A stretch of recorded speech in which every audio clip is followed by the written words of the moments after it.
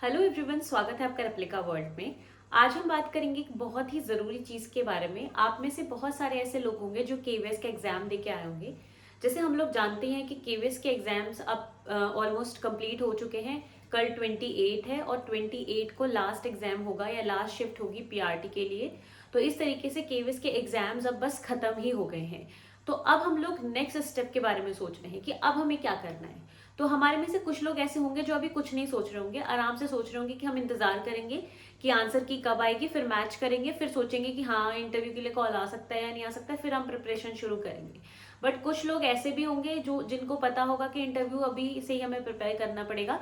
तो बस वो इस विडंबना में होंगे कि हम इंटरव्यू के लिए प्रिपेयर करें या ना करें। हम कट ऑफ क्लियर कर पाएंगे या नहीं कर पाएंगे, कट ऑफ कितना जाएगा, हम मतलब कैसे डिसाइड करें कि प्रिपरेशन करनी है या नहीं करनी है, और करनी है तो कहाँ से करनी है, कब से शुरू करनी है। इसके बारे में बहुत ज़्यादा कन्फ्यूजन फैला हुआ है। तो आज मैं आपसे बात करूंगी कि हम किस तरीके से ये चीज़ डिसाइड करें कि हमें इंटरव्यू के लिए प्रिपेयर करना है या नहीं करना है। तो उसके लिए सबसे पहला जो स्टेप आता है वो आता है कि कट ऑफ कितना जाएगा। अब कट ऑफ के बारे में अलग अलग क्यास लगाए जा रहे हैं, इतना जाएगा उतना जाएगा, और कुछ लोग कह रहे हैं कि अभी कुछ नहीं कहा जा सकता है। तो इसलिए जो बच्चा है, जो एस्पिरेंट है, वो बहुत ज्यादा कंफ्यूज है कि हमें अब क्या करना चाहिए। तो कट ऑफ देखिए, पूरी तरीके से तो कोई भी प्रिडिक्ट नहीं कर सकता, बिल्कुल ऐसे पता नहीं लगाया जा सकता सटीक के इतने नंबर में आएगा। बट हाँ, एक ब्रैकेट पता कर सकते हैं कि ब्रैकेट कितना होगा, कितने से कितने तक के बीच में कट ऑफ लाए करेगा, कितने वाले कैंडिडेट्स को इंटरव्यू के लिए बुलाया जाएगा। इसके बारे में हम बात कर सकते हैं based on the previous data कि पहले कट ऑफ कितना गया था पर सब्जेक्ट का, मतलब हर एक सब्जेक्ट का कितना कट ऑफ गया था और कितने कट ऑफ वाले मतलब कितने मार्क्स वाले बच्चों को इंटरव्यू के लिए कॉल किया गया था। तो अगर हमें ये पता लग जाए तो फिर हम अपने मार्क्स से, एक्सपेक्टेड मार्क्स से उसको मैच करके पता लगा सकते हैं कि हमें इंटरव्यू के लिए प्रिपेयर करना चाहिए या नहीं करना चाहिए। तो चलिए स्टार्ट करते हैं और हम देखते हैं।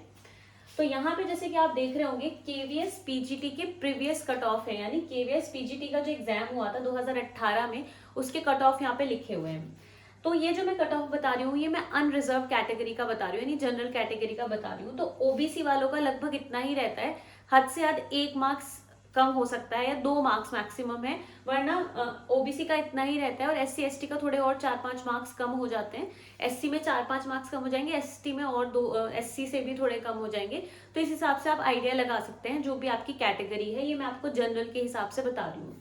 अब इस मार्क्स को बताने से पहले एक बात और बता देती हूँ कि ये जो मार्क्स है ये आउट ऑफ 150 है, क्योंकि पहले 150 मार्क्स का होता था। तो ये जो मार्क्स है ये 2018 में जो रिटन एग्जाम हुआ था आउट ऑफ 150, उसके मार्क्स हैं। ठीक है, सबसे पहले हम बात करते हैं पीजीटी इंग्लिश के बारे में। इसमें जो आउट ऑफ 150 कट ऑफ गया था, मतलब जिन कैंडिडेट्स को इंटरव्यू के लिए बुलाया गया था उनका जो था वो था 100। तो इंग्लिश में 100 मार्क्स था, हिंदी में 105 था, फिजिक्स में 74 था। फिजिक्स का काफी कम गया था उस टाइम पे, बट दैट डजेंट मीन कि इस बार भी ऐसे ही जाएगा। ये इस चीज पर डिपेंड करेगा कि पेपर किस तरीके का आया था। केमिस्ट्री में 97, बायो में 104 और कॉमर्स में 100। तो ये सब पीजीटी के मार्क्स थे आउट ऑफ 150। 150 में से इतने मार्क्स वाले कैंडिडेट को इंटरव्यू के लिए कॉल किया गया था। अब यहाँ पे हम थोड़ा सा एस्टिमेट लगाते हैं कि ये 150 का कितना परसेंट था। तो इंग्लिश के मार्क्स की बात करें तो ये 150 में से 67% था, यानी 67% मार्क्स थे अगर 100 मार्क्स थे तो। इसी तरीके से हिंदी में 70% मार्क्स थे, फिजिक्स में 50% थे, केमिस्ट्री में 65% थे, बायो में 70% थे और कॉमर्स में 67% थे।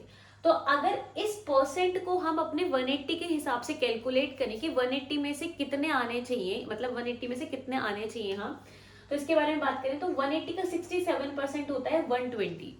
तो 120 मार्क्स। हिंदी में 70% का मतलब होता है 180 में से 126। इसी तरीके से केमिस्ट्री में इसका मतलब होगा 117 और बायो के लिए इसका मतलब होगा 126। बाकी होगा आप खुद कैलकुलेट कर सकते हैं अपने सब्जेक्ट के अकॉर्डिंग। तो इंग्लिश में अगर आप इंग्लिश के पीजीटी का एग्जाम देकर आए हैं और वहां पे आपको लग रहा है कि आपके 120 के आसपास आ सकते हैं, तो आपको इंटरव्यू की तैयारी बिल्कुल शुरू कर देनी चाहिए। उस तरीके से हिंदी में भी 126, केमिस्ट्री में भी मैं ये सजेस्ट करूंगी कि 120 के आसपास अगर आपके मार्क्स आ रहे हैं तो आपको प्रिपरेशन करनी शुरू कर देनी चाहिए। बायो में थोड़ा सा हाई जा सकता है, तो जो 125 के आसपास जिनके आ रहे हैं, 125 से अबव या 125 तक आ रहे हैं, वो लोग प्रिपेयर करना शुरू करें। ठीक है, जिनके इस कैटेगरी के आसपास है, इस परसेंट के आसपास है, जैसे 70%, चलो 69% आपको लगा, क्योंकि इधर उधर थोड़े बहुत बढ़ भी जाते हैं। तो अगर ऐसा हो रहा है तो भी आपको प्रिपेयर करना स्टार्ट कर देना चाहिए, क्योंकि कई बार जब भी हम मार्क्स लगाते हैं तो हम कम करके लगाते हैं, तो हो सकता है हमारे थोड़े ज्यादा आ जाए। तो 70 में से भी मान लीजिए 126 आपके नहीं आ रहे हैं बायो में, आपको लग रहा है आपके 120 के आसपास आएंगे, तो भी आपको प्रिपेयर करना स्टार्ट कर देना चाहिए। हो सकता है कट ऑफ थोड़ी सी कम हो जाए, मतलब पर ये नहीं है कि बहुत ज्यादा कम है। अगर आपको लग रहा है 110 आएंगे तो फिर आपको थोड़ा सा सोचना पड़ेगा, ठीक है। तो जो अगर इस वाले से बहुत ज्यादा कम आ रहे हैं, मतलब 100 आ रहे हैं, तो 100 वालों को तो मुझे लगता है कि थोड़ा सोचना चाहिए कि वो उनको करना चाहिए या नहीं करना चाहिए, क्योंकि 100 बहुत ज्यादा कम है। पिछली बार 126 था, तो हद से हद 117 18 चला जाएगा अगर बहुत ज्यादा कम हो जाता है तो, पर उससे कम नहीं जाएगा। तो अगर आपके 100 आ रहे हैं तो फिर मुझे लगता है आपको आगे इसमें नहीं बढ़ना चाहिए। बाकी आपकी समझ है इस चीज में, मैं आपको कुछ नहीं बोलूंगी इस चीज में, ठीक है। तो ये वाली चीज आप ध्यान रखिए कि अगर इसके आसपास आ रहे हैं 120 125 इस तरीके से। फिजिक्स में मुझे ज्यादा नहीं पता है कि फिजिक्स में किस तरीके का लेवल रहता है, तो अगर फिजिक्स में हमेशा ही इतना कम रहता है 50% के आसपास तो आप सोच सकते हैं। बट अगर पिछली बार था और इस बार आपको लग रहा है, आपने अपने आसपास वालों से भी पूछा होगा जो लोग एग्जाम दे के आएंगे कि उनका कितना बन रहा है, तो उस हिसाब से फिजिक्स में आपको डिसाइड करना चाहिए। इस चीज पे आप मत जाइएगा, हो सकता है उस टाइम टफ आया हो पेपर या कुछ भी हो सकता है। ये केवीएस टीजीटी का कट ऑफ है 2016-17 के एग्जाम का, ठीक है। तो 16-17 का जो एग्जाम हुआ था उसका ये कट ऑफ है, इसके बारे में बात करते हैं। तो साइंस का जो टीजीटी साइंस का कट ऑफ रहा था रिटन एग्जाम का, आउट ऑफ 150 वो रहा था 97, जो अप्रोक्सीमेटली 65% बैठता है। और अगर हम 180 के हिसाब से लगाएं तो वो 117 मार्क्स बैठते हैं। मतलब टीजीटी साइंस वाले जिनको लग रहा है कि 117 के आसपास उनके मार्क्स आ सकते हैं, तो उनको प्रिपरेशन करना स्टार्ट कर देना चाहिए, ठीक है। एसएसटी में 93 थे, 62% बैठता, तो उस हिसाब से आप लगा सकते हैं कि 117 से थोड़े से कम मार्क्स बैठेंगे, ठीक है। इंग्लिश में 95 था कट ऑफ, तो 63%। इसी तरीके से हिंदी में 92 था, तो 62%। और पीआरटी की बाद में बात करेंगे, ठीक है। तो ये टीजीटी की बात हो गई। तो आप अब करेंटली इस परसेंट की हेल्प से 180 में से मार्क्स निकाल सकते हैं कि कट ऑफ पिछली बार कितने में गया था और इस बार कितने तक जा सकता है, मतलब अप्रोक्सीमेटली हम अंदाजा लगा सकते हैं।